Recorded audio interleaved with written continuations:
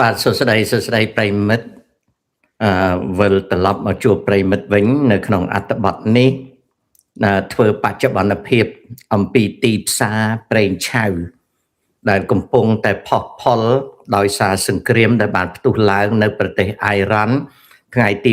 28ខែកុម្ភៈឆ្នាំ2026បច្ចុប្បន្ននេះនៅអាស៊ីថ្ងៃទី2ខែមីនាឆ្នាំ2026អស់រយៈពេល3ថ្ងៃចូលដល់ថ្ងៃទី3នៃសង្គ្រាមនៅអ៊ៃរ៉ាន់តាមរយៈព័ត៌មានថៃបានឲ្យដឹងថា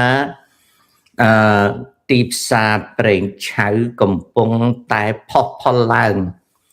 ដែលទីផ្សារចាប់ផ្ដើមបើកឡើងនៅអាស៊ីមានកំណើនកើនតម្លៃដល់ទៅ 13% ដែលបច្ចុប្បន្ននៅក្នុងម៉ោង8ជាងនេះនៅប្រទេសអាស៊ីតម្លៃជាមធ្យមនៃប្រេងឆៅឡើង 10% ទីផ្សារដែលកំពុងតែផុសផុលតាក់ទងនឹងការកើនឡើងនៃតម្លៃប្រេងឆៅនេះបង្ហាញឲ្យឃើញថានៅថ្ងៃច័ន្ទនៅឆ្នេរសមុទ្រខាងកើតសហរដ្ឋអាមេរិកចាប់ពីទីផ្សារបើកនឹងកើនឡើងថែមទៀតនៅពេលដែលផ្សារអឺរ៉ុបបើកឡើងក៏នឹងកើនឡើងថែមទៀតបច្ចុប្បន្ននៅប្រទេសអឺរ៉ុបមិនទាន់បើកទីផ្សារនៅឡើយអញ្ចឹងទីផ្សារតាក់ទងនឹងប្រេងឆៅនឹងមានសន្ទុះខ្ពស់ឡើងនៅពេលដែលទីផ្សារហាងឆេងប្រេងឆៅនៅអាស៊ីនៅអូស្ត្រាលីនូហ្សេឡង់ចាប់ផ្ដើមកម្រើកជាមធ្យមតម្លៃប្រេងឆៅឡើង 10% យើងនឹងបន្តមើលតទៅទៀតហើយរដ្ឋមន្ត្រីដែលយើងអាចនិយាយថាជាទេសរដ្ឋមន្ត្រីនិងជាអតីតនាយករដ្ឋមន្ត្រីសិង្ហបុរីលោកលីសៀនលួងបាននិយាយថាអ្វីដែលកំពុងតែផ្ទុះសង្គ្រាមឡើងនៅអ៊ៃរ៉ាន់បណ្ដាលឲ្យតម្លៃថាមពលចាប់ផ្ដើមឡើងថ្លៃជាអតិបរមាក្នុងពេលដែលកំពុងតែកើតវិបត្តិសង្គ្រាមនេះកំពុងតែកើតវិបត្តិសង្គ្រាមនេះនឹងអញ្ចឹងហើយនៅឯច្រកសមុទ្រអូមូសដែលជាចន្លោះរវាងសាអូឌីអូម៉ាន់និងប្រទេសអ៊ៃរ៉ាន់កាលពីថ្ងៃអាទិត្យកន្លងទៅនេះអ៊ៃរ៉ាន់បានបាញ់នាវាដឹកប្រេងឆៅមួយគ្រឿងនៅច្រកសមុទ្រអូមូសបណ្ដាលឲ្យរបួសនាវិកនៃនាវាដឹកប្រេងនោះ4នាក់ហើយនាវិកចំនួន20នាក់ត្រូវបានគេស្រោចស្រង់យកទៅប្រទេសអូម៉ាន់នាវាដឹកប្រេងឈ្មោះ Skylight ដែលបង្ហោះទង់ជាតិប៉ាឡូវបានត្រូវរងមិនដឹងនរណាបាញ់បានត្រូវរងការបាញ់ប្រហារមិនដឹងជាខាងណាបាញ់ហើយក៏របួសមនុស្ស4នាក់នាវិក20នាក់ត្រូវបានជម្លៀសដោយកងទ័ពជើងទឹកនៃប្រទេសអូម៉ាន់នេះគឺជាព័ត៌មានដែលតាក់ទងនឹងរឿងរ៉ាវដែលកំពុងតែកើតឡើងនេះច្រកអូមូសដែលជាទល់មុខប្រទេសអ៊ៃរ៉ាន់អូម៉ាន់និងសាអូឌី គឺជាច្រកស្លាប់រស់នៃចរាចរណ៍ប្រេងឆៅប្រមាណ20 ទៅ 25% ដែលត្រូវដឹកជញ្ជូនឆ្លងកាត់ច្រកមួយនេះហៅថាច្រកសមុទ្រអូរមូសទល់មុខអូម៉ាន់សាអូឌីនិងអ៊ៃរ៉ាន់នៅពេលដែលកើតសង្គ្រាមនៅប្រទេសអ៊ៃរ៉ាន់បែបនេះប្រទេសសាអូឌីអារ៉ាប៊ីប្រទេស United Arab Emirates កូវេតអ៊ីរ៉ាក់កាតាគឺកំពុងតែរអាក់រអួលខាងការនាំប្រេងឆៅនិងអូស្មန်បង្កកណានិងអូស្មန်បង្កកណាអូស្មန်បង្កកគេហៅ LNG អូស្មန်ណាធម្មជាតិដែលគេធ្វើឲ្យ liquefy ណាមកពីពាក្យថា liquefy natural gas ណាដូច្នេះជាអូស្មန် LNG យ៉ាងហៅចឹងទៅស្រួលណាឲ្យយល់អញ្ចឹងប្រទេសសាអូឌីអារ៉ាប៊ីអ៊ីមីរ៉េតអារ៉ាប់រួមកូវេតណាអ៊ីមីរ៉េតអារ៉ាប់រួមណាកូវេតអ៊ៃរ៉ាក់និងកាតាជួបប្រទេសនឹងការរអាក់រអួលក្នុងការដឹកជញ្ជូនប្រេងឆៅនិង LNG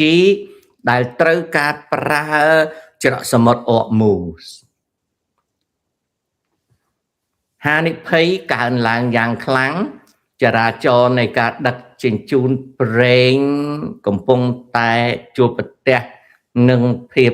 រអាក់រអួលខ្លាំងដែលអាចរុញតម្លៃប្រេងឆៅឲ្យឡើងថ្លៃ10 ទៅ $30 មួយធុងក្នុងពេលឆាប់នេះអូស្មန် LNG ឡើងថ្លៃហើយវាប៉ះទង្គិចខ្លាំងទៅលើបណ្ដាប្រទេសអាស៊ីដែលប្រើប្រាស់ LNG ថ្លៃដឹកជញ្ជូនចាប់ផ្ដើមឡើងថ្លៃដោយសារថ្លៃធានារ៉ាប់រង insurance ហើយនឹង shipping cost វាឡើងថ្លៃបន្តទៅទៀតណាវាឡើងថ្លៃបន្តទៅទៀតដូច្នេះinsurance ហើយនឹងតម្លៃដឹកហ្នឹងគឺនៅពេលដែលក្រុមហ៊ុនធានារ៉ាប់រងមិនព្រមធានារ៉ាប់រងទេគ្មាននាវាដឹកប្រេងណាហ៊ានដឹកប្រេងឆ្លងកាត់ច្រកសមុទ្រអូម៉ូសនឹងទេដូច្នេះ tanker ទាំងអស់ដែលអត់មានលិខិតធានារ៉ាប់រងមិនហ៊ានបន្ថយទេធ្វើឲ្យរអាក់រអួលដែលធ្វើឲ្យការនាំចេញប្រេងឆៅនិង LNG ពីបណ្ដាប្រទេសសាអូឌី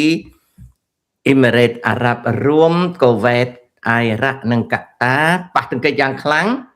ដែលធ្វើឲ្យតម្លៃអូស្មန် LNG នៅបណ្ដាប្រទេសអាស៊ីឡើងថ្លៃលឿនណាស់រួមទាំងប្រេងឆៅផងដែរការប៉ះទង្គិចបែបនេះ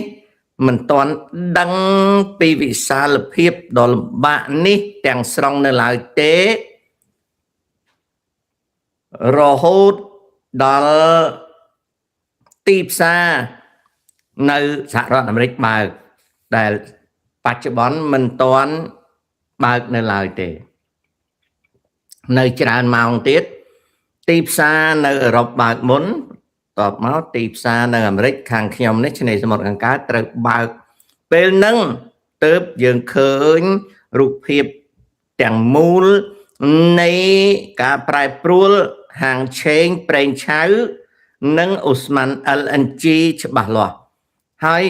នៅក្នុងថ្ងៃរសៀលប្រហែលម៉ោង1 ទៅម៉ោង3រសៀលថ្ងៃទី2នេះនៅសហរដ្ឋអាមេរិក ទើបយើងដឹងច្បាស់ជាងហ្នឹងថាតើការប្រែប្រួលនៃទីផ្សារប្រេងឆៅនិងទីផ្សារអូស្មန် LNG ជួបប្រទេសយ៉ាងណាណាឥឡូវនេះបើនិយាយពីប្រទេសអាស៊ីគ្រាន់តែវាយគ្នាពីថ្ងៃសៅរ៍នេះមកដល់ថ្ងៃអាទិត្យហើយនឹងថ្ងៃច័ន្ទនេះប្រទេសដែលប៉ះពាល់ធ្ងន់ជាងគេនៅអាស៊ីគឺជប៉ុនកូរ៉េខាងត្បូងនិងចិនឥណ្ឌាប្រទេស4នេះប៉ះធ្ងន់ជាងគេជប៉ុនកូរ៉េខាងត្បូងចិនហើយនិងឥណ្ឌាប៉ះធ្ងន់ណាស់ឥឡូវនេះកំពុងប៉ះបាទនឹងកំពុងតែប៉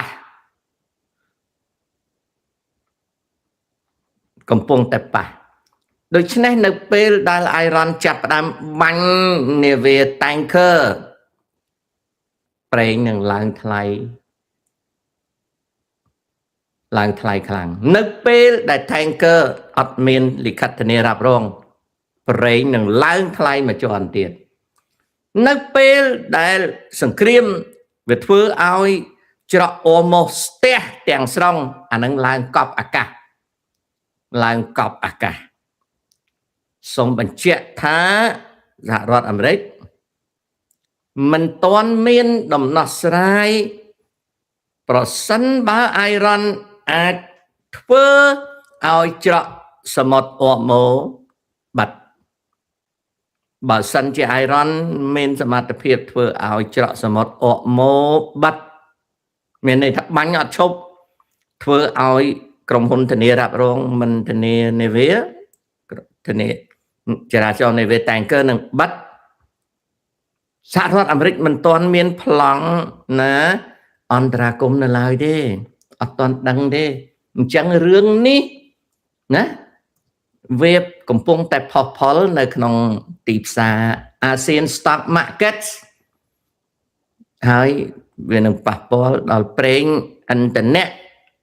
នៅសហរដ្ឋអាមេរិកតែនៅអាស៊ីប្រទេសដែលប៉ះពាល់ជាងគេគឺបានជម្រាបរួចហើយ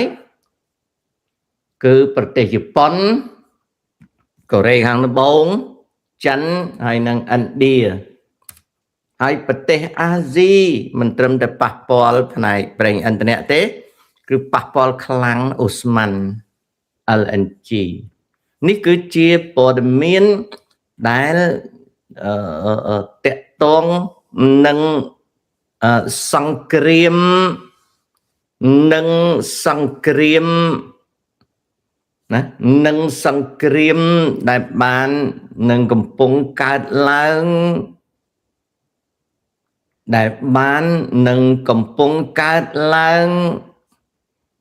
នៅប្រទេសអ៊ីរ៉ាន់សង្គ្រាមដែលបាននឹងកំពុងកើតឡើងនៅប្រទេសអ៊ីរ៉ាន់បាទ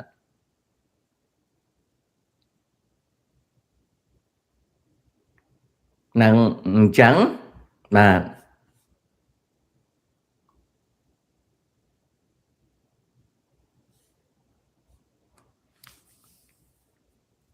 យន្តហោះពីប្រទេសថៃឡង់ដែល operate ដោយកងអាកាសថៃប្រភេទ C130 មានការប៉ុនប៉ងចង់ទៅដឹកជនជាតិថៃដែលភៀសខ្លួនចេញពីប្រទេសអ៊ីរ៉ាន់គេមិនដឹងថាមធ្យោបាយអន្តរាគមន៍នេះអាចនឹងជួយជំលះប្រជាជនថៃបានប៉ុន្មានអ្នកនៅឡើយទេនេះក៏ជាព័ត៌មានមួយស្រុកគេវាអន់អញ្ចឹងហើយកាលណាមានការអីគេយកយន្តហោះទៅដឹកជនជាតិគេចំណែកស្រុកយើងគឺយើងប្រើបារមីអាឆែបមកក្ដេសដល់ពេលយើងប្រើបារមីអាឆែបមកក្ដេសកាលណាមានអាសន្នក្បាលនរណា គូតអ្នកនឹងនេះគឺជាវិធីដោះស្រាយដ៏មានប្រសិទ្ធភាពរបស់សម្ដេចតេជោគេថាក្បាលនរណាគូតអ្នកនឹងបើបាញ់មិនត្រូវក្បាលទេបាញ់ចំគូតក៏អត់អីដែរពីព្រោះមិនមែនគូតអញមិនមែនក្បាលអញជាអ្នកកាន់អំណាចដែលមិនចាំបាច់ទទួលខុសត្រូវលើវាសនារបស់ឯងទេអាហ្នឹងគឺជារបៀបដឹកនាំរបស់សម្ដេចតេជោអគ្គមហាសេនាធិបតីដែលប្រកបទៅដោយជ័យជំនះគ្រប់ប្រការណាអាហ្នឹងចឹង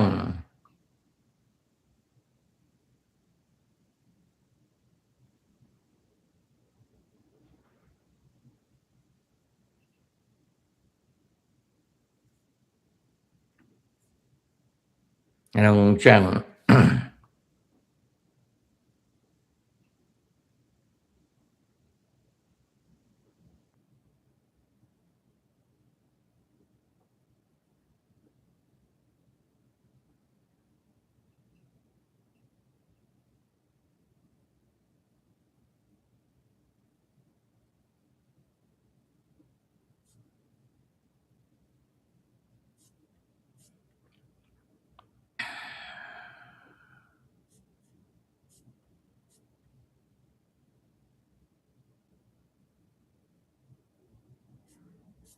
បាទខ្ញុំអាប់ដេតជូនប៉ុណ្ណឹងបងប្អូន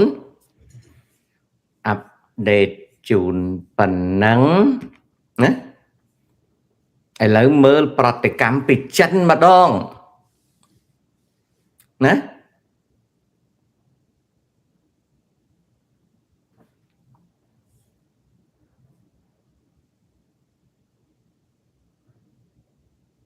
ប្រទេសចិនបានប្រកាសថាទំនាក់ទំនងស្អិតល្មួតរវាងប្រទេសអ៊ីរ៉ាន់និងចិននៅបន្តទៅទៀតទោះបីក្រោយការស្លាប់របស់អាយ៉ាតូឡាអាលីខាមេនីក៏ដោយបាទមិត្តដែលថែបណាចិនបានផ្សាយពីទាហានអាមេរិក3នាក់ស្លាប់នៅក្នុងសង្គ្រាមថ្ងៃអាទិត្យកន្លងទៅនេះប្រទេសអង់គ្លេសបានប្រគល់សិទ្ធិឲ្យអាមេរិកប្រើប្រាស់មូលដ្ឋានទ័ពរបស់ខ្លួនដើម្បីធ្វើការវាយប្រហារទៅលើអ៊ីរ៉ាន់នៅសហរដ្ឋអាមេរិកមានបាតកម្មរីករាយអបអរនិងអាមេរិកអ៊ីស្រាអែលវាយអ៊ីរ៉ាន់ក៏ដូចជាមានបាតកម្មគាំទ្រអ៊ីរ៉ាន់ប្រឆាំងនឹងរដ្ឋាភិបាលត្រាំបានធ្វើឡើងនៅក្នុងប្រទេសអាមេរិកដែរ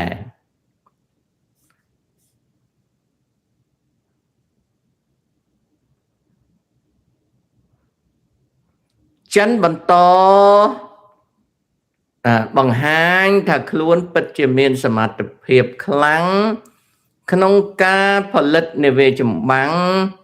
ថ្មីច្រើនបែបច្រើន model ដែលចិនគ្មានអ្វីមកអួតក្រៅពីគម្រាមកំហែងទៅលើកោះតៃវ៉ាន់នេះគឺជាអ្វីដែលតាក់ទងនឹងព័ត៌មានខ្ញុំឆ្លើយឆ្លងជាមួយប្រិមិត្ត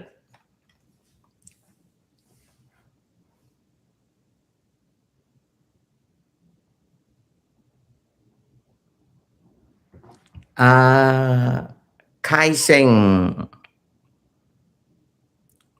រៀនចិត្តចប់ថ្នាក់ទីប្រមាណចៅបរិញ្ញាបត្រ4ឆ្នាំ6ឆ្នាំឬថ្នាក់ទី12ហ្នឹងទី1ទី2តើចៅចេះជំនាញរកស៊ីអ្វីដូចថាចេះជួសជុលម៉ូតូចេះជួសជុលទូរស័ព្ទចេះកាត់សក់ចេះចម្អិនអាហារចេះដឹងពីរបៀបបើកហាងលក់គុយទាវលក់កាហ្វេឬក៏ចេះដំឡើងម៉ាស៊ីនត្រជាក់ចេះដំឡើងបន្ទះសូឡា ឬក៏ចេះជួសជុលផ្ទះសម្បែងចេះធ្វើផ្ទះចេះអីថាចេះស្អីនឹងមួយទើបធ្វើអាជីវកម្មបានណាចំណាយការងាររដ្ឋបើចៅចង់ពុករលួយចូលធ្វើការងាររដ្ឋព្រោះការងាររដ្ឋគឺជាជំរកពុករលួយចំណាយប្រាក់ខែចិញ្ចឹមខ្លួនមិនរស់ទេតែដំបូងចៅរៀនចប់ថ្នាក់ទីប្រមាណបរិញ្ញា4បរិញ្ញា6ឬក៏ថ្នាក់ទី12ហើយមានដើមទុនទេអូខេណាMagic ខ្ញុំអត់ដឹងថាចៅទិញ stock defense ស្អីទេ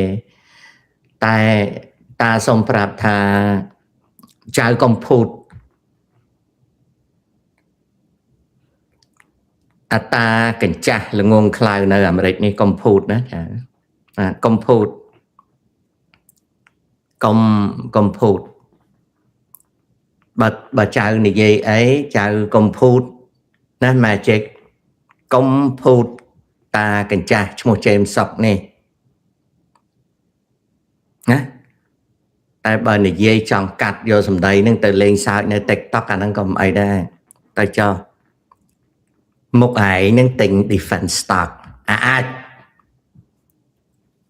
ហើយមកភូតអាណាមិនភូតឯងភូតអញនៅអាមេរិកហើយអញហ្នឹងមិនមែនមនុស្សប៉ោឡែនៅអាមេរិកណាមុខឯងនឹងទិញ defense stock ហើយស្គាល់ defense stock ណា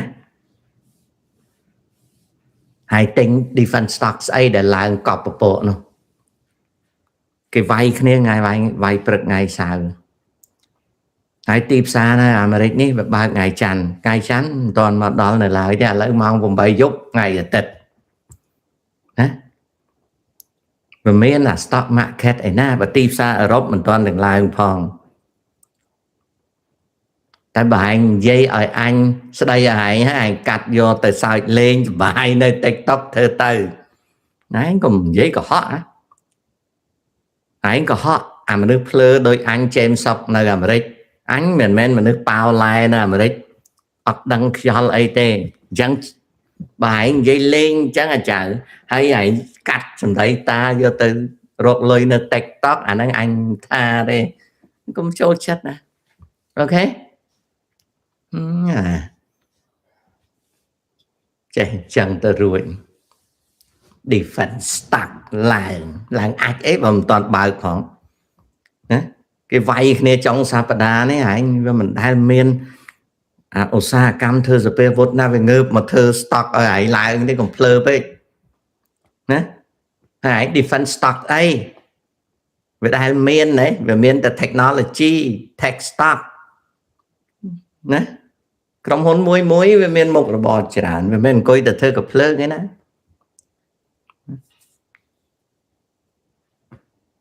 ចេះតែនិយាយភូតហើយភូតបានមនុស្សល្ងងើស្រុកខ្មែរហើយភូតបានមនុស្សល្ងងើនៅស្រុកអាមេរិកអ្នកស៊ីលុយស្ដាច់អត់ទៅរៀនតែអីគិតទៅពីលេងសើចឯងមកភូតអញមនុស្សអ្នកក្រនៅអាមេរិកមិនកើតណាឈប់ណាលោកតាសូមវិធីនិយាយបង្កើតទំនាក់ទំនងទាំងមនុស្សវ័យចំណាស់និងយុវវ័យព្រោះខ្ញុំឲ្យតែជួបមនុស្សថ្មីតែងចង់និយាយរាប់អានស្គាល់គ្នាតែខ្ញុំមិនហ៊ាននិយាយមិនដឹងនិយាយពីណាទៅណាទេការប្រឹងប្រែងនិយាយច្រើនហួសក៏មិនល្អដែរចៅណាដំបូងបំផុតមុននឹងហាមាត់និយាយបើជួបគ្នាគ្រាន់តែជម្រាបសួរគេសួស្ដីអីចឹងប៉ុណ្ណឹងសិនហើយមុននឹងចាប់ផ្ដើមនិយាយពីអ្វីមួយគឺយើងយកការស្ដាប់ជាជំហានទី1គឺស្ដាប់គេនិយាយថាតើអ្វីដែលគេនិយាយនោះយើងមានការចេះដឹងឬទេហើយបើនៅក្នុងមុខយើងមានមនុស្សទី1ទី2ទី3យើងស្ដាប់គេសិនហើយយើងធ្វើការវិភាគនៅក្នុងចិត្តយើង ថាតើយើងចេះដឹងរឿងដែលគេនិយាយនឹងប៉ុណ្ណាហើយយើងអាចវាស់បានឬទេពីចំណេះដឹងមនុស្សកខនិងកហ្នឹងប៉ុណ្ណាបើយើងស្មានបានសពគ្រប់ហើយទើបយើងអាចនិយាយជាមួយគេបានភាសាខ្មែរដែលយើងលូកមាត់ទៅគេស្ដាប់ឮសូរគេដឹងថាយើងដឹងដើមតងតែបើយើងមិនទាន់បានស្ដាប់គេទេហើយមិនទាន់ឆ្លោះបញ្ចាំងពីចំណេះដឹងយើងទៅលើកិច្ចសន្ទនាគេទេប្រធានបទរបស់គេទេហើយយើងវាស់មិនបានពីសមត្ថភាពរបស់មនុស្សឈ្មោះកខកនឹងទេយើងលូកមាត់ទៅយើងជាអាឡេវមិនខ្វះទេណាចៅមនុស្សដែលឃើញស្អីមកលូកមាត់ភ្លាមហើយប្រពន្ធកូនឬក៏បងប្អូននៅចិត្តនឹងថាគ្នាខ្មាស់អូយខ្មាស់ពីព្រោះមនុស្សនឹងហាមាត់និយាយទៅវាអត់ដឹងទិសដឹងតំបន់នេះទេគ្រាន់តែគេលើកសម្លមួយចានមកក៏ដឹងរឿងសម្លសម្លហ្នឹងទៅអាហ្នឹងខ្វះបន្តិចបើដាក់អានេះហ្នឹងតែដល់ពេលនិយាយមកអត់ដឹងអីទេខ្លួនអត់ចេះសម្លហ្នឹងទេប៉ុន្តែស្រាប់តែដឹងហ្មងគ្រាន់តែគេដាក់សម្លមួយចាននៅលើតុសម្លហ្នឹងនេះអាហ្នឹងគេឆាគេដាក់អានេះគេស្ងោរគេដាក់អានេះប៉ុន្តែខ្លួនឯងនេះអត់ចេះស្លទេហើយពេលនិយាយហ្នឹងអាម្ហូបហ្នឹងអត់ដែលដាក់គ្រឿងហ្នឹងទេថាប្រពន្ធកូនបងប្អូនដែលនៅចិត្តហ្នឹងថាខ្មាស់គេអូយខ្មាស់ប៉ុន្តែម្ចាស់ខ្លួនលើកនិយាយអត់ចប់ដាក់ម្ហូបមួយទៀតមកអត់ស៊ីទេខំប្រឹងនិយាយប្រាប់គេនឹងតុកហ្នឹងអំពីម្ហូបមួយទៀតអត់ដឹងអីអាហ្នឹងខ្ញុំឲ្យឧទាហរណ៍ណានងគេហៅថាមនុស្សចង់លូកមាត់ចូលក្នុងកិច្ចសន្ទនាមនុស្សដែលចង់លូកមាត់ចូលក្នុងកិច្ចសន្ទនាហើយមិនវាស់មិនស្ដាប់ហើយមិនឆ្លោះបញ្ចាំងពីចំណេះដឹងខ្លួនឯងហើយមិនបានវាស់វែងដៃគូសន្ទនាដតីមុននឹងលូកមាត់ដូចកបីវាផ្លុំចបៃអញ្ចឹងសំណួររបស់ចៅថាធ្វើម៉េចដើម្បីរាប់អានគ្នាជំហានដំបូងស្ដាប់ជំហានទី2ពិចារណាជំហានទី3វាស់ចំណេះខ្លួនឯងតើចាប់ផ្ដើមសន្ទនាពីរឿងអីបើអត់ច្បាស់កុំលូកមាត់វាខ្មាស់គេហើយក៏គេអត់រាប់រកយើងដែរគេថាយើងល្ងងកន្លែងកូនចម្លើយប៉ុណ្ណឹងណាចៅណាមេគីយល់ទេទី1គឺស្ដាប់ណាអូខេឬកិច្ចសន្ទនាស្ដាប់ណាសួរខ្លួនឯងថាចេះដឹងរឿងណារឿងហ្នឹងឬទេណាវាស់ស្ទង់គូសាន់គូនឹងមានរយខ្ញុំមិនដឹងទេណាគូសន្ទនាថាតើគេចេះដឹងប៉ុណ្ណាមុននឹងខ្លួនលូកមាត់សន្ទនាណាអញ្ចឹងលើកិច្ចសន្ទនាស្ដាប់សួរខ្លួនឯងថាចេះដឹងរឿងហ្នឹងឬទេវាស់ស្ទង់គូសន្ទនាថាតើគេចេះដឹងប៉ុណ្ណាមុនខ្លួនលូកមាត់ចូលសន្ទនាអូខេណាចាណានេះគឺជារបៀបអញ្ចឹងគូនឹងមានរត់ទេគូនឹងមានរត់ដែរគូនឹងជួយប្រាប់ផងណាខ្ញុំផ្លាក់ភ្លេចផ្លាំងហ្នឹងគូនឹងមានរយអត់ទេនេះ cú đợi mình rồi nè ọt mía nè ok choខ្ញុំត្រូវខ្ញុំតែមិនចេះសួរបាទតែមិនចេះសួរណាអត់ចេះខ្មាស់ទេតែមិនចេះសួរហ្នឹងចឹងអូខេណាមេគីណាតាប្រាប់ចឹងរបៀបណាព្រោះតាអ្នកនិយាយស្ដីតាលូកមាត់អត់ឲ្យគេមើលងាយតាទេតាពេលលូកមាត់និយាយអត់ឲ្យគេមើលងាយតាទេហើយតាលូកមាត់និយាយអត់ចាក់ប្រធានទេតាអាចទាញកិច្ចសន្ទនានឹងបានប៉ុន្តែឲ្យលូកទៅតឹងទៅតែងដូចអាលេវតាអត់ធ្វើទេតាខ្មាស់គេដូច្នេះទោះបីយើងចង់និយាយជាមួយគេក៏ដោយតែយើងត្រូវវាស់មើលឲ្យច្បាស់ថាតើយើងយល់សាច់រឿងគេទេតើយើងត្រូវចាប់ផ្ដើមពីណាណាដល់ពេលយូរទៅការចូលរួមកិច្ចសន្ទនារបស់យើងពូកែហើយកូនណាចៅណាផាន់ណាលោកតាខ្ញុំមានដីនឹងផ្ទះសល់គេពីឪពុកម្ដាយនឹងមានកូន2នាក់ហើយការរកស៊ីបានត្រឹមមួយរស់តើនេះជាជីវិតបរាជ័យមែនទេអត់ទេចៅផាន់ណាចៅនៅមានអាយុច្រើនទៀតណាហើយបើចៅមានប្រពន្ធឬអត់ប្រពន្ធហើយមានកូន2នាក់ហើយរកស៊ីបានទប់ទល់អ្វីដែលចៅត្រូវការគឺរៀនឲ្យចេះដឹងខាងអ្វីដែលចៅត្រូវការគឺរៀនឲ្យចេះដឹងខាងប្រើប្រាស់ចំណូលនិងចំណាយណារៀនប្រើប្រាស់ចំណូលនិងចំណាយប៉ុណ្ណឹងឯងរកគិតណាមានន័យថាម៉េចចំណូលយើងដឹងហើយប៉ុន្តែចំណាយយើងគិតហើយរឿងចំណាយនេះតែគិតច្រើនហើយមានដាក់គោលដៅរកសន្សំរកកាត់បន្ថយចំណាយរកឃើញកូនដល់រកឃើញយើងដោះស្រាយបញ្ហាជីវិតយើងបានមិនមែនជីវិតបរាជ័យទេណាជីវិតជោគជ័យមិនមែនលុយធ្លាក់មកទេជីវិតជោគជ័យគឺចេះ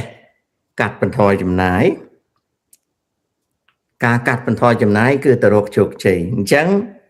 ជីវិតចៅមិនមែនជីវិតបរាជ័យទេចៅមានអាយុវែងឆ្ងាយទៅទៀតដើម្បីនឹងកសាងខ្លួនណាចាណាអត់មានបរាជ័យទេមិនមែនជាជីវិតបរាជ័យទេមិនមែនទេណាចាណាអត់មានគិតថាបរាជ័យទេអាយុនៅមានគ្រាន់តែចៅខ្វះការគិតអំពីចំណូលនិងចំណាយតែប៉ុណ្្នឹងទេអូខេចៅមានផ្ទះនៅហើយចៅមានដីហើយអញ្ចឹងចៅបង់ភ្លើងបង់ទូរស័ព្ទបង់ថ្លៃសាំងបង់ថ្លៃម្ហូបបង់ថ្លៃស្លៀកពាក់ត្រូវយកกระดาษមួយគិតថាចំណាយលើអីហើយចាប់ផ្ដើមរៀនសន្សំដោយកាត់ចំណាយចាប់ផ្ដើមពី$1ឡើងទៅយូរទៅស្ទាត់មើលឃើញរបៀបកាត់បន្ថយចំណាយចំណូលនៅដដែលប៉ុន្តែដល់កាត់បន្ថយចំណាយបាន$1 $2 $3 $4ពេលហ្នឹងចៅចាប់ផ្ដើមបោះជំហានទៅរកការគ្រប់គ្រងថវិកានេះគឺជាជំហានជោគជ័យមួយក្នុងជីវិតរបស់យើងចៅអត់តន់បរាជ័យទេតើហេតុអ្វីយួនមករស់នៅលើដីខ្មែរពីព្រោះទឹកដីខ្មែរទូលាយណាទឹកដីខ្មែរទូលាយហើយខ្មែរល្ងងច្រើនយួនមកនៅស្រួលរកស៊ីទោះបីយួនក្រក៏ស្រួលយួនមានក៏រឹតតែស្រួល ទឹកដីខ្មែរគឺជាទឹកដីទូលាយជាតិសាសន៍ខ្មែរក្រៅពីកាប់សម្លាប់ខ្លួនគ្នាឯងអត់ដែលហ៊ានធ្វើទុកបុកម្នេញជនបរទេសទេនេះគឺជាអំណោយផលដែលយួនចូលមករស់នៅស្រុកខ្មែរក៏ណា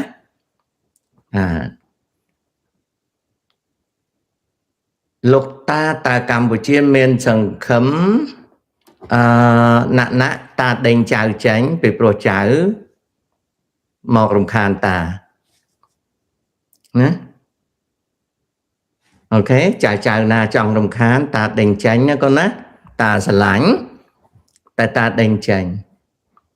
ណាសួរសំណួរដែលមិនមែនសម្រាប់ជាការចេះដឹងនិងព័ត៌មានតែសម្រាប់កផ្លុកកផ្លែងពេកខុសពេលតាដេញចាញ់Ray Robinson Ray Robinson ហេតុអ្វីបានជាអូស្ត្រាលីនិងនូវែលសេឡង់ចាញ់លិខិតគាំទ្រអាមេរិកក្នុងការវាយប្រហារអ៊ីរ៉ង់ហើយមិនថ្កោលទោសអាមេរិកក្នុងការរំលោភអធិបតេយ្យអ៊ីរ៉ង់មានកាណាដាមានអាមេរិកមានប្រទេសជាច្រើនដែលគាំទ្រពាក្យតែច្រើនហ្នឹងមិនមែនច្រើនផុតគេទេណាខ្ញុំអត់ដឹងចំនួនទេណាចៅនេះគឺជានយោបាយការបរទេសរបស់នូវហ្សេឡង់របស់អូស្ត្រាលីជានយោបាយការបរទេសឧទាហរណ៍ប្រទេសឥណ្ឌាទោះមិនគាំទ្រការវាយប្រហារក៏ដោយក៏ប្រទេសឥណ្ឌាគាំទ្រអ៊ីស្រាអែលណាប្រទេសនៅមជ្ឈមបូព៌ាអ៊ីជីបទោះមិនមាត់ក៏ដោយក៏គាំទ្រអាមេរិកយ៉ូដានទោះមិនមាត់ក៏ដោយក៏គាំទ្រអាមេរិកប្រទេសកូវ៉ែត yes ទោះបីមិនមាត់ក៏ដោយក៏គាំទ្រដែរអូម៉ាន់ yes បារ៉េន yes សាអូឌី yes កាតា yes អារ៉ាប់រួម yes អូខេហើយចុះតឺគីទោះបីមិននិយាយក៏ដោយក៏គាំទ្រដែរទោះបីតឺគីឆ្លោះជាមួយអ៊ីស្រាអែលក៏គាំទ្រដែរមិនបានប្រទេសអស់ហ្នឹងគេគាំទ្រការវាយអ៊ីរ៉ានផលប្រយោជន៍ខុសៗគ្នាណាចា៎អូស្ត្រាលីនិងនូវហ្សេឡង់ជាផលប្រយោជន៍បកសម្ព័ន្ធ Indo-Pacific ផលប្រយោជន៍អង់គ្លេសទោះបីមានរកម្មរកុសប៉ុណ្ណាក៏ដោយក៏គាំទ្រដែរក្នុងផលប្រយោជន៍ NATO កាណាដាទោះបីរកម្មរកុសក៏ដោយក៏ផលប្រយោជន៍ NATO ជប៉ុនទោះបីរបួសសប្ងៃកំពុងបញ្ហាពពោះប្រេងឡើងថ្លៃ LNG ឡើងថ្លៃក៏គាំទ្រដែរពីព្រោះវាជា Indo-Pacific កូរ៉េខាងត្បូងក៏គាំទ្រដែរតៃវ៉ាន់ក៏គាំទ្រដែរអញ្ចឹងឥឡូវត្រឡប់ទៅមជ្ឈមបូព៌ាវិញអ៊ីជីបអ៊ីរ៉ង់ជាអារ៉ាប់ដូចគ្នាហើយជាប្រទេសកាន់សាសនាអ៊ីស្លាមដូចគ្នាខុសតែនិកាយទេមិនបានអ៊ីជីបកាន់គាំទ្រអាមេរិកពីព្រោះខ្សែរយៈរបស់អ៊ីរ៉ាន់គំរាមកំហែងដល់របបគ្រប់គ្រងអ៊ីជីបអ៊ីរ៉ាន់គាំទ្រMuslim Brotherhood គេហៅថាពួកបងប្អូនមូស្លឹមដែលជាគ្រោះថ្នាក់ដល់រដ្ឋាភិបាលអ៊ីជីបអញ្ចឹងវាយអ៊ីរ៉ាន់គឺផ្ដាច់ជំនួយមកដល់ពួក Muslim Brotherhood នៅអ៊ីជីបអញ្ចឹងអ៊ីជីបគាំទ្រអាមេរិកជាស្ងាត់គាំទ្រចុះជ័រដានមានជនជាតិប៉ាឡេស្ទីនៀនច្រើនរស់នៅទោះបីមិនមាត់មិនកក៏ដោយក៏ជនជាតិ Palestinian ដែលរស់នៅក្នុង Jordan ជាគ្រោះថ្នាក់ដល់ប្រទេស Jordan ហើយអ្នកទាំងអស់ហ្នឹងសុទ្ធតែទទួលជំនួយពីអ៊ីរ៉ានអញ្ចឹងការបំផ្លាញអ៊ីរ៉ានចោលវាជួយទប់ស្កាត់គ្រោះថ្នាក់របស់ Jordan ស្ដេច Jordan អញ្ចឹងស្ងាត់ស្ងាត់គ្រប់គ្រងអាមេរិកចុះអ៊ីរ៉ាក់ប្រទេសអ៊ីរ៉ាក់ជាគូប្រជែងជាមួយអ៊ីរ៉ានទោះបីបែកបាក់បណ្ណាក៏ដោយផ្កាយរណបកូនជឹងរបស់អ៊ីរ៉ានoperate នៅលើទឹកដីអ៊ីរ៉ាក់អញ្ចឹងការវាយបំផ្លាញអ៊ីរ៉ាក់បំផ្លាញអ៊ីរ៉ានវាជួយទប់ស្កាត់ហានិភ័យឲ្យអ៊ីរ៉ាក់មួយប្រទេសអូម៉ាន់ជើងមកចង្ហៀងជាមួយអ៊ីរ៉ានជើងមកចង្ហៀងទៀតជាមួយអាមេរិកក៏ប៉ុន្តែនៅជាប់នឹងអូម៉ាន់គឺយេម៉ែនជាគ្រោះថ្នាក់ដល់អូម៉ាន់ហ៊ូទីជាកូនជឹងរបស់អ៊ីរ៉ានបើវាយអ៊ីរ៉ានអូម៉ាន់អាចធ្វើឲ្យអាចអាមេរិកនឹងបំផ្លាញហ៊ូទីដែលជាសន្តិសុខជាតិអូម៉ាន់អញ្ចឹងលួចកាន់ជើងអាមេរិកប្រទេសបារ៉េនអត់ចូលចិត្តអ៊ីរ៉ានទេអញ្ចឹងកាន់ជើងអាមេរិកប្រទេសសាអូឌីដូចគ្នាប្រទេសអ៊ីមីរ៉េតអារ៉ាប់រួមឆ្លោះគ្នាជាមួយនឹងសាអូឌីតែអត់ចូលចិត្តអ៊ីរ៉ានអញ្ចឹងកាន់ជើងកូវ៉ែតដូចគ្នាកាតាទំនាក់ទំនងជាមួយអ៊ីរ៉ានតែមិនផ្ញើជីវិតជាមួយអ៊ីរ៉ានទេពីព្រោះក្រុមអាចារ្យនៅអ៊ីរ៉ានពួកអាយ៉ាតូឡានៅអ៊ីរ៉ានចាត់ទុកថាកាតាជាសម្ផាំងអាមេរិកដូច្នេះបើអ៊ីរ៉ានខ្លាយទៅជាមេដឹកនាំអារ៉ាប់នឹងបំផ្លាញអូម៉ាន់បំផ្លាញបារ៉េនអ៊ីមីរ៉េតអារ៉ាប់រួមសាអូឌីកាតាអញ្ចឹងប្រទេសដែលពោះប៉ោងដោយអាចារ្យអាយ៉ាតូឡាប៉ុន្តែពាក់ឈ្នួតក្បាលជាពួកពើសៀនខាងអាយ៉ាតូឡាគេចោទប្រកាន់ថាកូវ៉ែតបារ៉េនអូម៉ាន់អារ៉ាប់រួមសាអូឌីកាតាជាសត្វជ្រូកដែលរស់ដោយអាមេរិកបើគេឈ្នះនៅក្នុងតំបន់ហ្នឹងគេនឹងបង្កើតបដិវត្តន៍អ៊ីស្លាមបំផ្លាញអូម៉ាន់បំផ្លាញបារ៉េនអារ៉ាប់អ៊ីមីរ៉េតរួមសាអូឌីកាតា6ប្រទេសដែលជាពើសៀននឹងគ្រោះថ្នាក់ដោយសារអ៊ីរ៉ាននៀនដែលអ៊ីរ៉ាននៀនក៏ជាពើសៀនដែរប៉ុន្តែស្អប់ពួក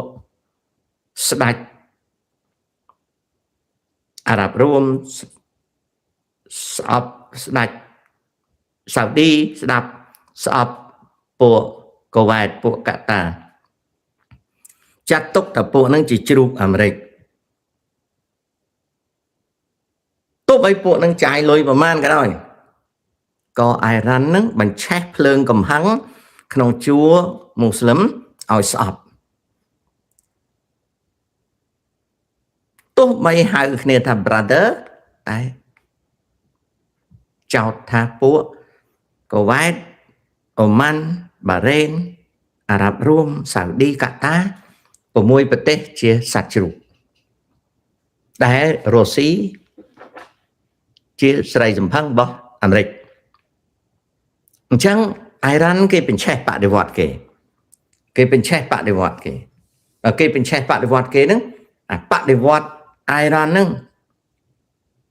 ណាគេប្រើកូនជើងរបស់គេមានហ៊ូទីមានហេសប៊ូឡាមានអាម៉ាស់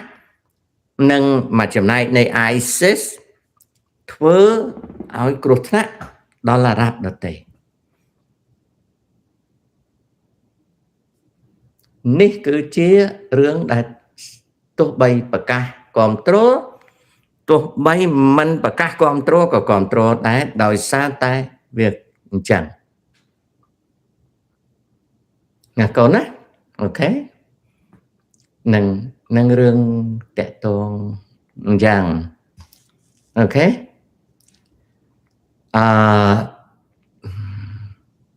lại Australia nâng New Zealand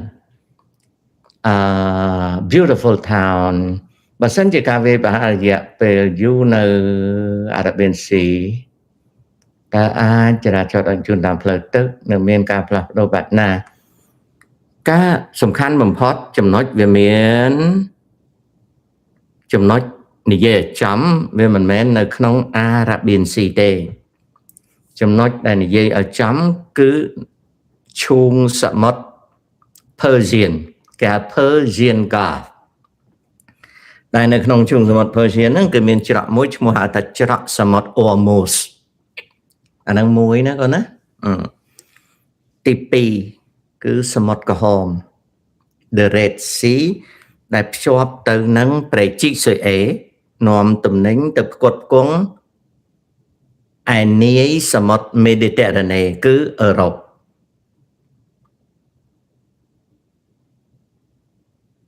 អូខេការរអាក់រអួលគឺអត់ដោះស្រាយចេញទេគឺនឹងប៉ះពាល់ដល់ប្រេងឆៅហើយនឹងអូស្មန် LNG 20 ទៅ 25% នេះគឺជារឿងហើយប៉ះពាល់ដល់ស្បៀងទៀតស្បៀងអាហារដែលផ្គត់ផ្គង់កូវ៉េតអូម៉ាន់បារ៉េនអារ៉ាប់រួមសាអូឌីរួមទាំងកាតាប៉ះពាល់ស្បៀងអូខេ beautiful town អាហ្នឹងគឺជាការប៉ះពាល់ហេតុអ្វីលោកហ៊ុនសែនជាមេដឹកនាំខ្វះការអត់ធ្មត់លើប្រជាជនខ្លួនលើការបញ្ចេញមតិមិនមែនលោកហ៊ុនសែនខ្វះការអត់ធ្មត់ទេលោកហ៊ុនសែនជាជនកុម្មុយនីសមិនមានជំនឿតលតែសោះលើសេរីភាពការបញ្ចេញមតិចប់មិនមែនខ្វះការអត់ធ្មត់ទេគឺជាជនកុម្មុយនីសដែលទទួលការវឹកវើតាមលទ្ធិកុម្មុយនីសមិនទទួលស្គាល់សិទ្ធិសេរីភាពក្នុងការបញ្ចេញមតិទេ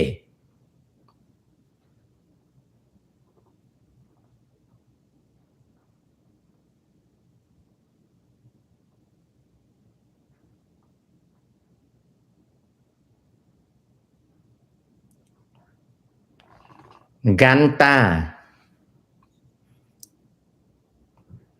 បច្ចុប្បន្នស៊ីជីនពីនទើបតែនឹងមានការដណ្ដើមអំណាចមួយដ៏ធំកើតឡើងកាលពីថ្ងៃទី19ដល់ថ្ងៃទី22មករា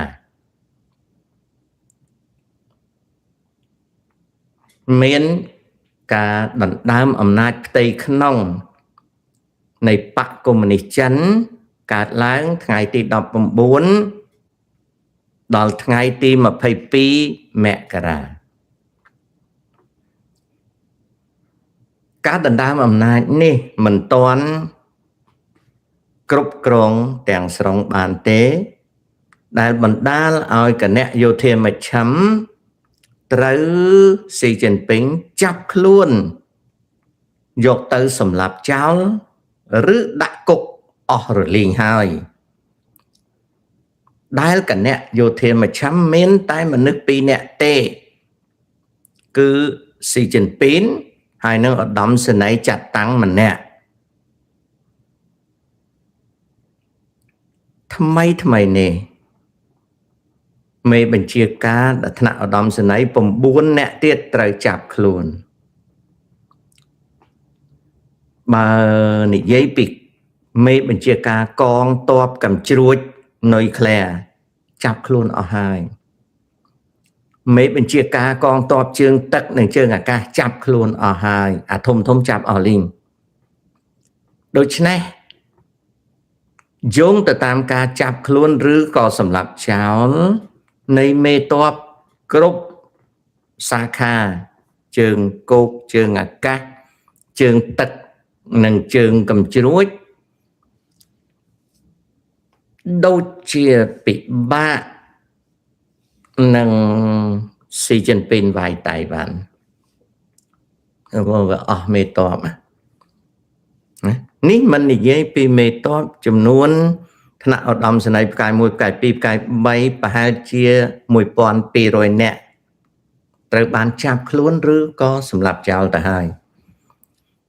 ការប្រែប្រួលផ្ទៃក្នុងចិនដូចជា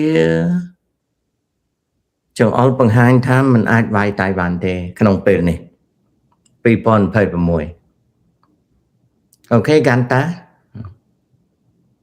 អ៊ីរ៉ានបាញ់ពន្លិចនាវាអាមេរិកមែនទេតាមសេនាធិការកណ្ដាលនៃបញ្ជាការដ្ឋានទ័ពអាមេរិកនៅមជ្ឈមបូព៌ាបានឆ្លើយពីម្សិលមិញថាអត់ពិតទេ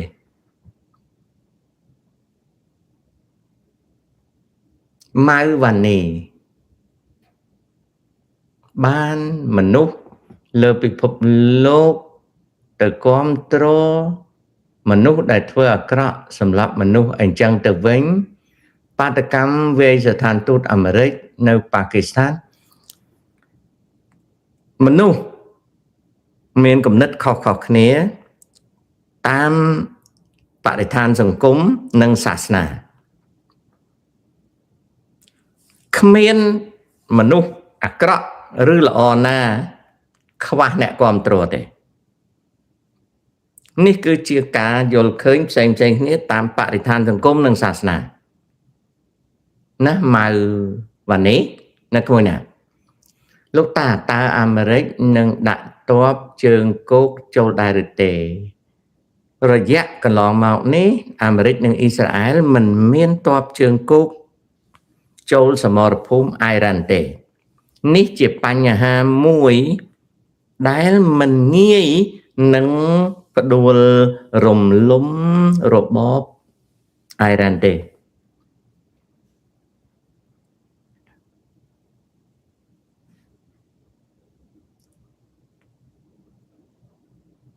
ភាសាអំសុកច្រឡោតយកមករកលុយបានមួយកំណោគេសួរអញ្ចឹងដើម្បីឲ្យឆ្លើយទៅអានគេកាត់យកទៅរកលុយត្រូវហើយចេញពេងតើការរើសតំណាងចែកចាយរបស់អ្នកលេគឺជាក្បួនបោកលក់តគ្នាឬទេការលក់ដូរដូចលក់លេលក់គ្រឿងកាយសម្ផស្សនានាលក់ផលិតផលមិនមែនជាការបោកប្រាស់ទេគឺជាមធ្យោបាយលក់ដូរតាមរយៈដែលប្រទេសមួយដូចប្រទេសកម្ពុជាគេឲ្យធ្វើដូច្នេះយើងមិនចាត់ទុកថាជាការបោកប្រាស់ទេចាត់ទុកថាជា marketing ចិនពេងចាត់ទុកថាជា marketing ណាមិនមានថាបោកប្រាស់ទេវ៉ានីសួស្ដី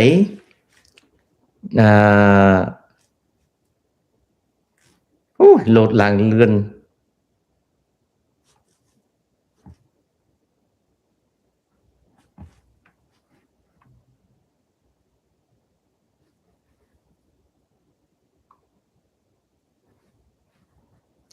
សម្បូរណាស់យាយកញ្ចាស់ម្នាក់នៅចិត្តផ្ទះខ្ញុំចរិតអញ្ចឹងចេះដឹងរឿងគ្រួសារគេអាហ្នឹងគេហៅនិយាយដើមគេណាលោកតាអ្នកលេងអ៊ីនធឺណិតណែនាំថាបេរ៉ាន់ត្រាំគួរតែរៀបការជាមួយគឹមយូអែដែលជាកូនស្រីរបស់គឹមដើម្បីសន្តិភាពពិភពលោក ថាមីរឿងហ្នឹងចៅអាចគិតយល់បានជារឿងអត់ប្រយោជន៍ដូច្នេះកុំលើកមកណាតាមីឆ្លាតឡើងកូនណារឿងនេះរឿងវាអត់ប្រយោជន៍ណាអត់មានខ្លឹមសារអីទេអ្នកដែលគិតហ្នឹងខួរក្បាលគាត់លេងសើចទេណា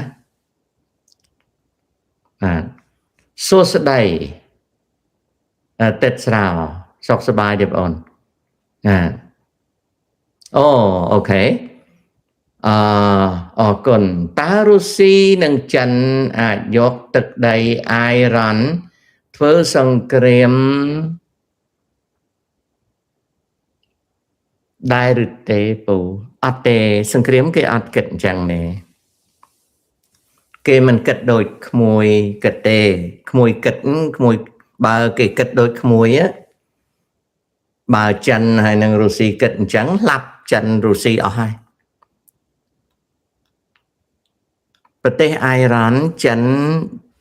រាប់អានដាក់មិត្តដៃថែបដើម្បីប្រយោជន៍ពីព្រោះអ្វីសាសចិនជាសាសស៊ីសាច់ជ្រូកសាសអ៊ៃរ៉ាន់ជាសាសតមសាច់ជ្រូកហើយគេថាខ្លួនគេមិត្តដៃថែប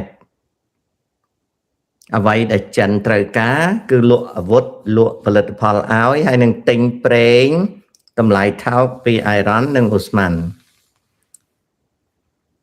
រុស្ស៊ីជាសាសស្បែកសនៅខាងលើខាងជើងរាប់អានអ៊ៃរ៉ាន់ដើម្បីលក់ផលិតផលហើយនឹងទិញផលិតផលវិញខ្លះ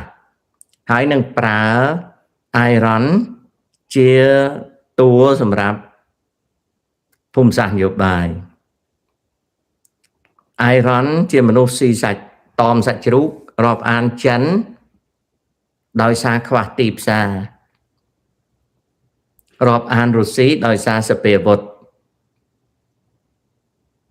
ហើយខ្លួនចង់កសាងអំណាចមួយដើម្បីធ្វើមេដឹកនាំអារ៉ាប់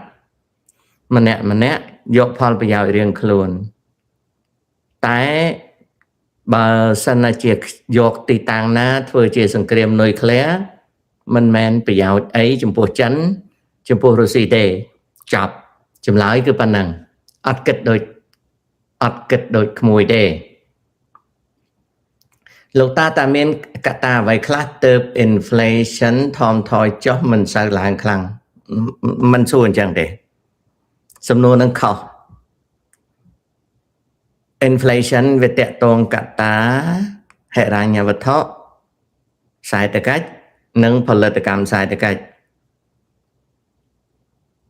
មិនមែនការទប់ទល់ឬក៏ការគ្រប់គ្រង inflation ហ្នឹងងាយទេវាចូលរួមដោយវិស័យហិរញ្ញវត្ថុនិងសេដ្ឋកិច្ចត្រង់នេះតកតងទៅនឹងនយោបាយសេដ្ឋកិច្ចតកតងនឹងការយកចិត្តទុកដាក់ពីហិរញ្ញវត្ថុតាមរយៈធនាគារកណ្ដាលផងណាអតិផរណាឬ inflation បើវាคล้ายទៅជា deflation ក៏ជាបញ្ហាបើវាទៅជា high inflation ក៏ជាបញ្ហាវាជារឿងដែលស្មុគស្មាញក្នុងការគ្រប់គ្រងគ្រប់ប្រទេសទាំងអស់មិនមែនជាសត្វមួយដែលយើងអាចផ្សាំងវាបានងាយទេហើយវាពឹងទៅលើទំហំសេដ្ឋកិច្ចទៅទៀតបើសេដ្ឋកិច្ចនឹងមានទំហំធំអាការគ្រប់គ្រងអតិផរណាក៏រឹតតែស្មុគស្មាញហើយលំបាកអូខេណាថាមេខ្ញុំឃើញប្រជាជនប៉ាគីស្ថានបាតកម្មប្រឆាំងអាមេរិកធម្មតា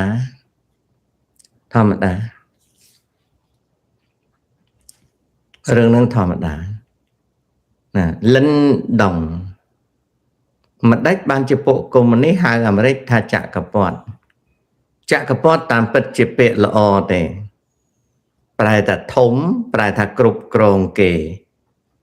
មិនអាក្រក់ទេតែដល់កុម្មុយនីគេប្រើក្នុងន័យអាក្រក់អញ្ចឹងទេណា ជារោបានរោណាសួរនេះរំខានតាណាជារោតាដេញចាញ់អត់ឲ្យមើលទេតាស្រឡាញ់ដេញចាញ់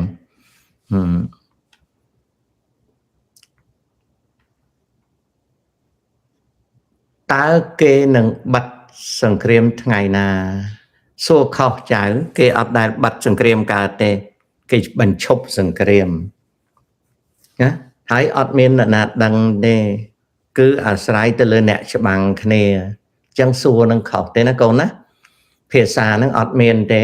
ខុសភាសាផងខុសគំនិតសួរផងណា not met P4K ណាសួស្ដីម៉ាឡេលីសុងតើខ្ញុំបានមើលឯកសារខ្លះតើពីមុនអ៊ីរ៉ាន់មិនមែនជារបបសាសនាអ៊ីស្លាមផ្ដាច់ការហើយរីកចម្រើនជាងឥឡូវមែនទេតាប្រទេសអ៊ីរ៉ាន់ជាប្រទេសមានអរិយធម៌ធ្លាប់មានសេចក្តីសុខសាន្តតែនៅក្នុងរជ្ជកាលស្ដេចសាមុនបដិវត្តន៍អ៊ីស្លាមឆ្នាំ79ក៏ជាអ៊ីស្លាមដែរប៉ុន្តែនៅក្នុងរាជស្ដេចសាវាពុកអលួយហើយផ្ដាច់ការ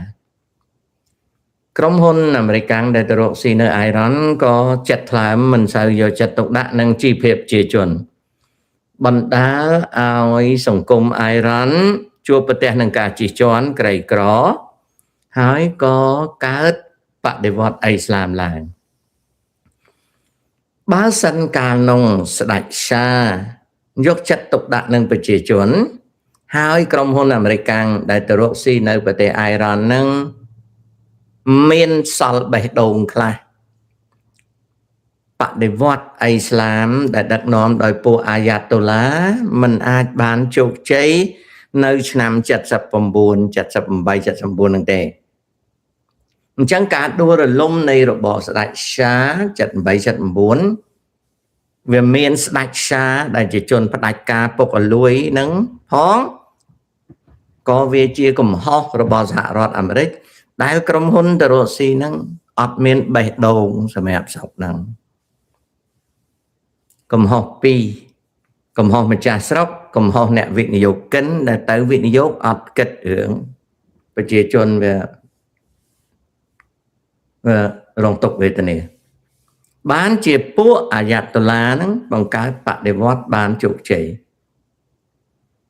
ធ្វើឲ្យអ៊ីរ៉ាន់ហ្នឹងគ្នាក៏រងទុក្ខវេទនាជិត50ឆ្នាំមកនេះអញ្ចឹងណាអញ្ចឹងហើយឥឡូវនេះឮសូវតែយកកូនស្ដេចអ៊ីរ៉ាន់ហ្នឹងចង់ឲ្យទៅអីប្រជាជនអ៊ីរ៉ាន់ក៏គ្នាយ៉ាប់ដែរពីព្រោះឪអាមួយនឹងជាមនុស្សផ្ដាច់ការគិតតែពីចាយគិតតែពីស៊ីផឹកធ្វើបាបប្រជាជនខ្លួនឯងបើកុំតែវាផ្ដាច់ការខូខើកុំអីវាមិនដួលទេហើយក្រុមហ៊ុនអាមេរិកដែលទៅវិនិយោគនៅអ៊ីរ៉ាន់ហ្នឹងអត់មានបេះដូងសោះកាលហ្នឹងបើណែនាំឲ្យស្ដេចសាហ្នឹងដោះស្រាយបញ្ហាជីវភាពប្រជាជនអាយ៉ាតូឡាបដិវត្តន៍ហ្នឹងវាអត់ជោគជ័យទេពីព្រោះប្រជាជនអ៊ីរ៉ានីនេះជាប្រជាជនចូលចិត្តសេរីភាពណាតែដែលធ្លាក់ខ្លួនទៅនឹងបដិវត្តន៍អ៊ីស្លាមដោយសារភាពក្រីក្រដោយសារភាពក្រីក្រអូខេអញ្ចឹងគឺជាចំណែកមួយដែលយើងត្រូវយល់ថាប្រទេសមួយហ្នឹងណាដំបូងហ្នឹងគឺខ្មោចក្នុងកាលណាអ្នកដឹកនាំរដ្ឋហ្នឹងចេះដោះស្រាយមិនងាយដួលទេអូខេមិនងាយដួលទេអញ្ចឹង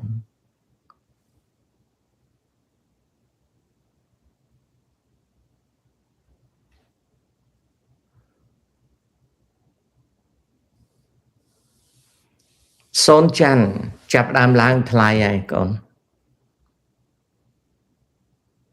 ខ្ញុំមានមិត្តភ័ក្ដិមួយឈ្មោះសវណ្ណរត មកធ្វើការដេករហូតតើខ្ញុំត្រូវធ្វើម៉េចសំណួរនេះតើត្រូវដេញចៅឯងចាញ់សិន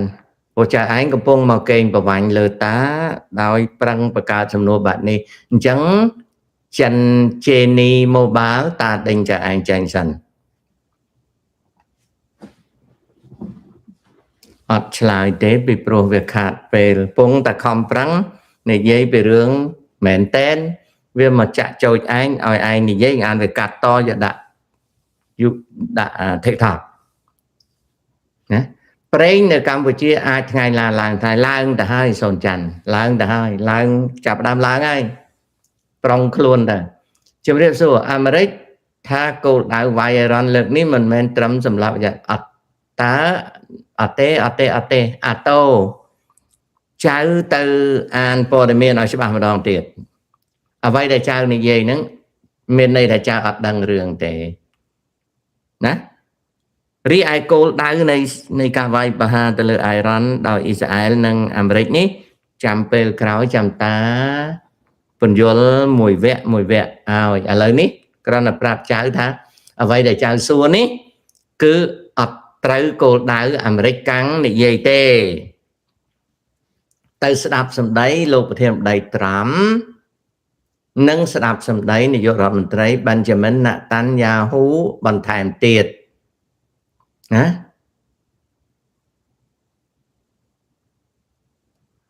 អោរេហានិភ័យមានកូនមានម៉ាឡេតើក្រុមហ៊ុនពិភពលោកមួយណាដែលរុករកនិងចាត់ចែងប្រេងក្នុងប្រទេសអ៊ីរ៉ាន់តើមានផលប្រយោជន៍របស់ចៅវាយពិភពលោកនៅអ៊ីរ៉ាន់ដែរឬទេតាំងពីឆ្នាំ79បដិវត្តន៍អ៊ីស្លាមក្រុមហ៊ុនដែលរុករកប្រេងនៅអ៊ីរ៉ាន់វាមានក្រុមហ៊ុនចិនហើយនឹងក្រុមហ៊ុនរដ្ឋរបស់អ៊ីរ៉ាន់ចៅវាយតែងមានម្រាមដៃសូម្បីតែប្រទេសនឹងវាប្រែប្រួលទៅជាយ៉ាងម៉េចក៏ដោយឲ្យតែប្រទេសណាមានកំណត់ទ្រព្យធម្មជាតិគឺចៅវាយតែងមានជាប់តាក់ទងឧទាហរណ៍ថាកម្ពុជាធ្លាក់នៅក្នុងសម័យខ្មែរក្រហមកម្ពុជាអត់មានទ្រព្យទេកម្ពុជាវាតូចវាក្រអញ្ចឹងយួនចិនអីក៏កោកកាយបានចៅវាយអត់លូកទេតែបើជាប្រទេសឥណ្ឌូនេស៊ី yes បើជាម៉ាឡេស៊ី yes ដល់តនេះអញ្ចឹងក្រោយបដិវត្តន៍អ៊ីស្លាមឆ្នាំ79ចៅវាយបដូរទៅប្រើសាខារបស់ខ្លួនពីខាងរុស្ស៊ីដែលពីដើមជាសហភាពសូវៀតនិងខាងចិនវិញម្ដងសំណួរសួរថាតើមានដៃចៅវាយទេមានដូច្នេះហើយរឿងចៅវាយនេះមិនមែនថាហេចៅវាយនៅខាងអាមេរិកអញ្ចឹងវាអត់មានចៅវាយនៅខាងចិនទេមានអ្វីវាអាចឆ្លោះឆ្លោយរវាងប្រទេសនិងប្រទេសប៉ុន្តែចៅវាយតែងតែមានដៃរបស់គាត់នៅក្នុងហ្នឹងឲ្យតែរបស់នឹងធំតែបើរបស់នឹងដូចឡាវដូចកម្ពុជាដូចមេយ៉ាន់ម៉ាអត់មានទេដូចសង្គ្រាមខ្មែរថៃអត់មានទេណាដូចចំនួនហ្វីលីពីនចិនមានដោយការប្រឈមគ្នាជប៉ុននិងចិនមានដូចជាការប្រឈមគ្នាតៃវ៉ាន់និងចិនមានសួរថាចុះប្រទេសគេតូចនោះភូមិសាស្ត្រនយោបាយដែលចៅវាយត្រូវមានភារៈតែបើកម្ពុជាអត់ទេគេប្រគល់ឲ្យយួនចៅវាយមានតំណែងមួយយួនចៅវាយមានតំណែងជាមួយសៀមតែអត់មានតំណែងជាមួយភូមាទេទុកឲ្យចោលឡើយអត់ទេចៅវាយ អាចអត់មានតំណែងនងអីអស់ជាមួយនឹងស្រីលង្កាអត់មានទេជាមួយនេប៉ាល់ប៊ូតានឬក៏បង់ក្លាដេសប៉ុន្តែមានជាមួយឥណ្ឌាណាហើយចុះប៉ាគីស្ថានមានមិនបានម្ដងមានម្ដងអត់ឲ្យតែកន្លែងណាប្រទេសកលឹះច្បាយមានបើប្រទេសណាជាប្រទេសប្រទេសបតុងប្រទេសដែលអត់មានអីអាហ្នឹងគេទុកឲ្យប្រទេសណាដែលមានអំណាចខ្លាំងដូចកម្ពុជាច្បាយបកគលឲ្យវៀតណាម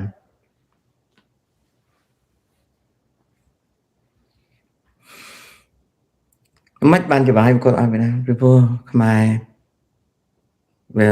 អត់ចាំបាច់ត្រូវការអីរាយក៏តិចអ្នកដឹកនាំក៏ល្ងងប្រជាជនក៏មិនសូវដឹងអីសាច់តែយួនណាគេយកព្រំយួនហ្នឹងឲ្យមកគ្រប់គ្រង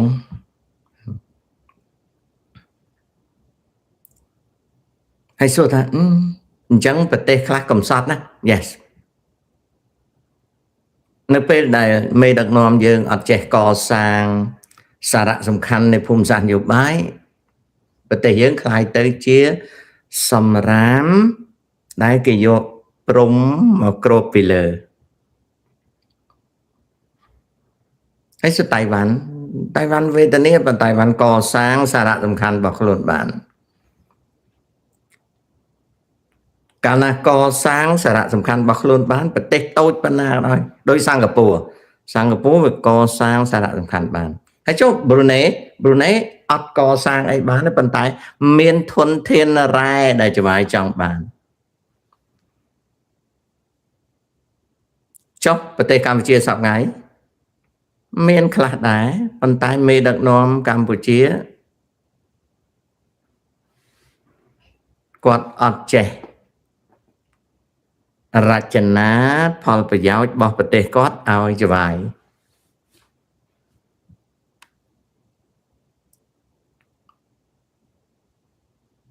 បើយើងប្រៀបធៀបទៅថាសិង្ហបុរីអត់មានដុំពេជ្រទេណាអត់មានដុំពេជ្រទេតែចេះធ្វើការឲ្យច្បាយចាប់អារម្មណ៍ចំណែកប៊្រូណេមានដុំពេជ្រចុះកម្ពុជាមានដុំពេជ្រដែរប៉ុន្តែជាដុំពេជ្រដែលតូចជាងប៊្រូណេតែមេដឹកនាំកម្ពុជាគឺជាសត្វស្វាដែលអត់ចេះប្រើដុំពេជ្រហ្នឹងដើម្បីទាញយកប្រយោជន៍បែរជាកាន់ដុំពេជ្រហ្នឹងហើយជួនកាលរបូតដុំពេជ្រហ្នឹងឲ្យទៅគេដូចជារបូតដុំពេជ្រហ្នឹងឲ្យទៅយួនដែនទឹកដូចជារបូតដុំពេជ្រហ្នឹងទៅកងជាមួយថៃដូចជារបូតដុំពេជ្រដែលបូមបានប្រេងមួយកប៉ាល់ហើយគេលួចបាត់គ្រាប់ពេជ្រតូចទេប៉ុន្តែមេដឹកនាំជាសត្វស្វាដែលអត់ចេះប្រើគ្រាប់ពេជ្រតូចហ្នឹង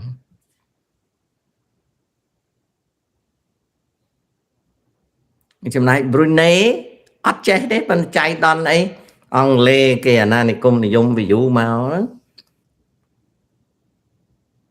គេក៏គ្រប់គ្រងសពគ្រប់ទៅប៊្រូណេក៏ចេះតែរស់ស្រួលទៅចំណែកខ្មែរនេះវាអត់មានអីព្រោះកាលពី1860ហ្នឹងខ្មែរសឹងតែគេហែកចែកគ្នាអស់ហើយដល់ពេលបារាំងមកបារាំងធ្វើការស៊ើបអង្កេតដងទន្លេមេគង្គដល់ស៊ើបអង្កេតទៅវាឡើងទៅចិនអត់រួចកម្ពុជាក៏คล้ายទៅជា protectora អាណាព្យាបាលគេមិនសូវវិនិយោគលើកម្ពុជាទេគេឲ្យស្ដេចខ្មែរជក់អភិនណាហើយដល់សម័យឥឡូវយួនកាន់កាប់ពី79មកមេដឹកនាំខ្មែរបានមកផ្លែតរឿងដៃឡើងថ្លៃហ្នឹងហើយក៏កញ្ចោញរហូតមកអត់មានគិតរឿងសពទេសខ្លួនឯងដោយសារកើតអាជំងឺ3ហ្នឹងអាចោអាអួតអា fake ហ្នឹងអញ្ចឹងទៅសៀមវាយដល់វាយទៅបានរាវរត់រកគេជួយគេពឹងអីវាឥឡូវហ្នឹងនៅមាន đom pích ấy khác chẳng bằng vì mình sẽ bảo nó mình đang vô đom pích nhưng từ lệ từ tẹt tôn cho môi này nè miền là sao đom pích cọp tội mình đang tẹt tôn môi nè nghe mà kháng chỉ bẹ kê miền mà kháng chọp sầm pòn đăng từ khả nàประชุมកូនឲ្យទៅនិយាយនៅក្នុងសារព័ត៌មានដូចយកកំបិតចាក់ដើមទ្រូងឯងអញ្ចឹងទៅជួបត្រោយទៅគឺប្រាប់ថាឪខ្ញុំវាយចាញ់គេសៀមយកដីអស់ជ្រៅណាស់ដល់ទៅដល់ស្រុកបារាំងដល់អឺរ៉ុប